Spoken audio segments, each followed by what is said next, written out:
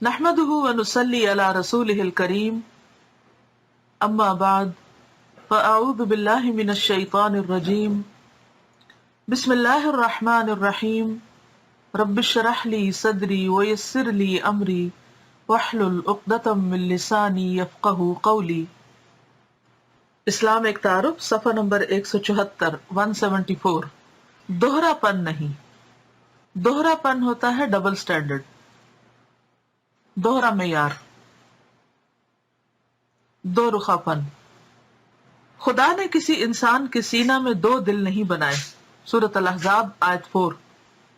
اس کا مطلب ہے کہ خدا کو یہ پسند نہیں کہ آدمی کسی معاملہ میں دوہرا انداز اختیار کرے، یعنی ڈبل سٹینڈرڈ اختیار کرے۔ ڈبل سٹینڈرڈ انسان پر خدا اپنی رحمت نہیں کرتا۔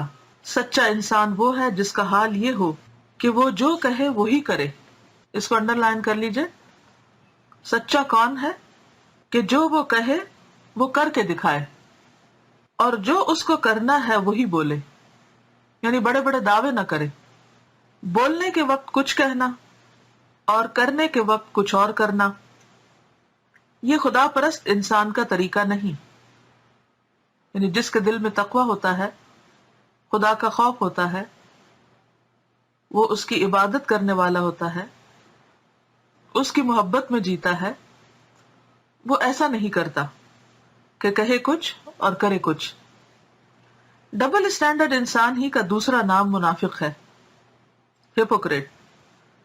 ایسا انسان اپنی حقیقی شخصیت کو چھپائے ہوئے ہوتا ہے، یعنی اس کی اصلیت چھپی ہوئی ہوتی، ہڈن ہوتی۔ دل میں کچھ ہوتا ہے، ظاہر میں کچھ، زبان پہ کچھ، عمل میں کچھ۔ وہ لوگوں کو خوش کرنے کے لیے ایسی بات بولتا ہے جس کے بارے میں وہ سنجیدہ نہیں ہوتا، یعنی لوگوں کو خوش کرنے کے لیے، لوگوں کی نظر میں اچھا بننے کے لیے وہ ایسی ایسی باتیں کرتا ہے کہ وہ اس کے دل میں نہیں ہوتی۔ He doesn't mean it. He's not serious about it. لوگوں میں مقبولیت حاصل کرنے کے لیے، یعنی فیم حاصل کرنے کے لیے اسٹیج پر ایسی تقریریں کرتا ہے جس کو وہ گھر آتے ہی بھول جاتا ہے۔ ایسا انسان ایک ایکٹر ہے، نہ کہ حقیقی معنوں میں ایک خدا پرست انسان۔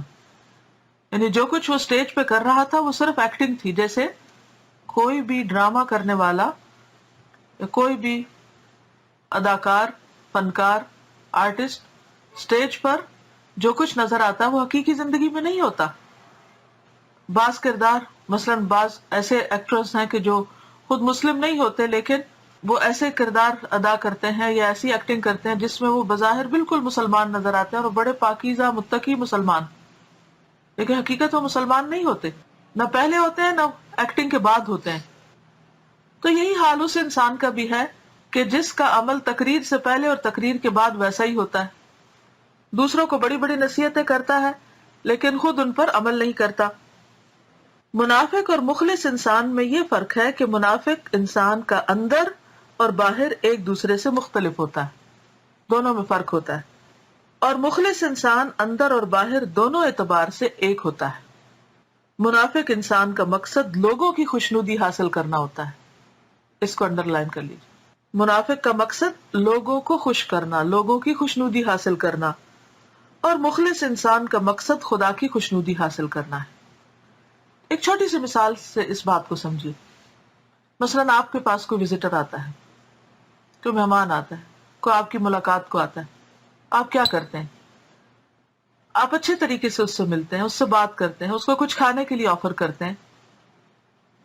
اگر تو آپ کے ذہن میں یہ ہے کہ میں اس کو کچھ آفر کروں، کیونکہ اگر نہ کیا تو یہ کہے گا کیسا انسان تھا جس کے پاس میں گیا، اس نے تو پوچھا ہی نہیں مجھے، کچھ کھانے کو ہی نہیں دیا، کچھ حال چال ہی نہیں پوچھا، تو آپ صرف اپنی عزت بچانے کے لیے یا اپنے آپ کو اچھا ثابت کرنے کے لیے اس کے ساتھ اچھا سلوک کرتے ہیں، اور جو کچھ کرتے ہیں وہ صرف اس مقصد سے کرتے ہیں کہ سامنے والا خوش ہو جائے۔ ورنہ اگر یہ خوف نہ ہو آپ کو تو آپ کچھ بھی نہ کریں۔ اور جو مخلص انسان ہوتا ہے وہ جو کچھ بھی کرتا ہے ساتھ ساتھ اپنی نیت کا جائزہ لیتا رہتا ہے کہ جو کچھ میں اسے کھلا رہا ہوں، پلا رہا ہوں، اس کے کام آ رہا ہوں، اس سب کا ریوارڈ مجھے اللہ سے چاہیے. یہی وجہ ہے کہ ایسا انسان جب اس شخص کے پاس جس کی وہ مہمانی کر رہا ہوتا ہے مہمان بن کے جاتا ہے اور اس کے اندر وہ رویہ نہیں پاتا تو آئندہ کے لیے اپنے اچھے رویے سے باز نہیں آتا. وہ یہ سوچتا ہے کہ دوسرے کا اخلاق اس کے ساتھ اور میرا اخلاق میرے ساتھ. وہ اس کا شکوہ بھی نہیں کرتا، کسی سے ذکر بھی نہیں کرتا، کیونکہ وہ یہ سب کچھ اللہ کی خاطر کر رہا ہوتا ہے. جیسے ابو بکر صدیق رضی اللہ تعالی عنہ، جب ان کے والد نے ان سے کہا کہ میں دیکھتا ہوں کہ تم بہت غلام آزاد کرتے ہو اور وہ ہوتے بھی کمزور مسکین سے ہیں جو کسی کام کے نہیں، اگر تم طاقتور نوجوان غلام آزاد کراؤ تو کل کو یہ تمہارے کام آئیں گے. تو انہوں نے کہا کہ میں اس مقصد کے لیے نہیں کرتا بلکہ میں یہ سب کچھ اللہ کی رضا کے لیے کرتا ہوں. اسی پر وہ آیات اتری تھی جس میں اللہ سبحانہ وتعالی فرماتے ہیں، یہ ہے سورۃ اللیل کی آیات جن میں آتا ہے وَسَيُجَنَّبُهَا الْأَتْقَى، اور ان قریب بچا لیا جائے گا اس سے سب سے پرہیزگار یا متقی شخص. کس سے؟ جہنم سے. الَّذِي يُؤْتِي مَالَهُ يَتَزَكَّى، جو اپنا مال اس لیے دیتا ہے کہ پاک ہو جائے، تزکیہ حاصل کرنے کے لیے، مال کو پاک کرنے کے لیے، دل کو پاک کرنے کے لیے، خود کو گناہوں سے پاک کرنے کے لیے، خود کو برے اخلاق سے، بخل سے پاک کرنے کے لیے اپنا مال خرچ کرتا ہے. وَمَا لِأَحَدٍ عِندَهُ مِن نِعْمَةٍ تُجْزَى،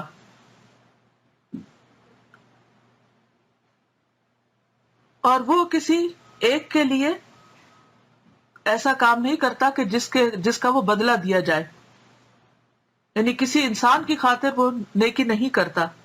إِلَّا ابْتِغَاءَ وَجْهِ رَبِّهِ الْأَعْلَى، مگر اپنے رب اعلیٰ کی رضا حاصل کرنا چاہتا ہے، رضا چاہنے کے لیے، یعنی اس کے پاس کسی کا احسان نہیں ہوتا جس کا اسے بدلہ چکانا ہو مگر اپنے رب کی رضا کی خاطر جو کہ بہت بلند ہے، یعنی رب.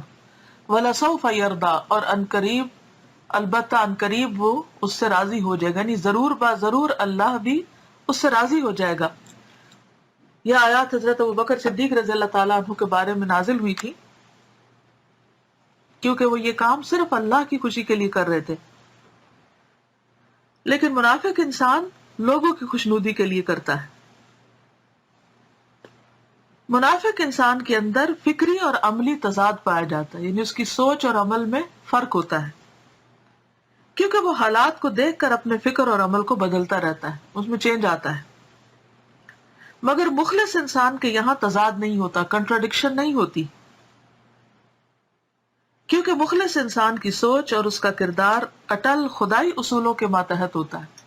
یعنی اس کا اخلاق لوگوں کے رویے کے ماتحت نہیں ہوتا کہ لوگ اس سے اچھے ہوں گے تو وہ بہت اچھا کام کرے گا اور لوگ برے ہیں تو وہ اچھا کام چھوڑ دے گا.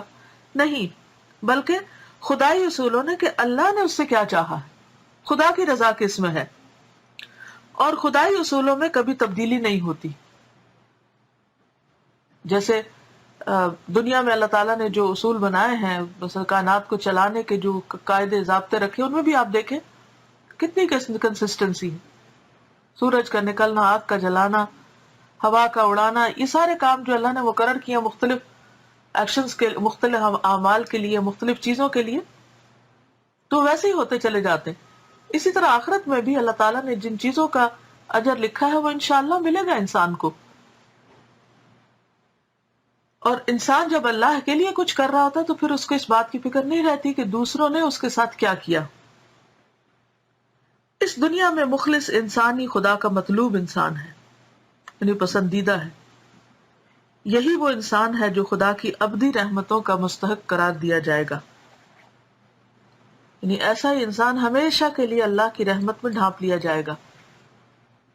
اللہ تعالیٰ سے دعا ہے کہ وہ ہمیں عمل کی توفیق دے اور ہمارے قول اور فعل کے تضاد کو ختم کر دے، اور جو کچھ ہم کریں وہ اللہ ہی کی خاطر کریں، اور اس میں کسی قسم کا کوئی دھوکہ اور ڈبل سٹینڈرڈ اور دوہرا رویہ نہ ہو.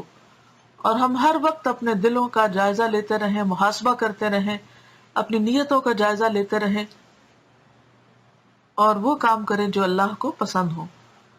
اللہ تعالی ہمیں مخلص مؤمن بنائے اور بہترین ایمان سے اور بہترین عمل سے نوازے۔ وآخر دعوانا ان الحمد للہ رب العالمین۔ السلام علیکم ورحمۃ اللہ وبرکاتہ۔ سبحانک اللہم وبحمدک، نشہد ان لا الہ الا انت، نستغفرک ونتوب الیک۔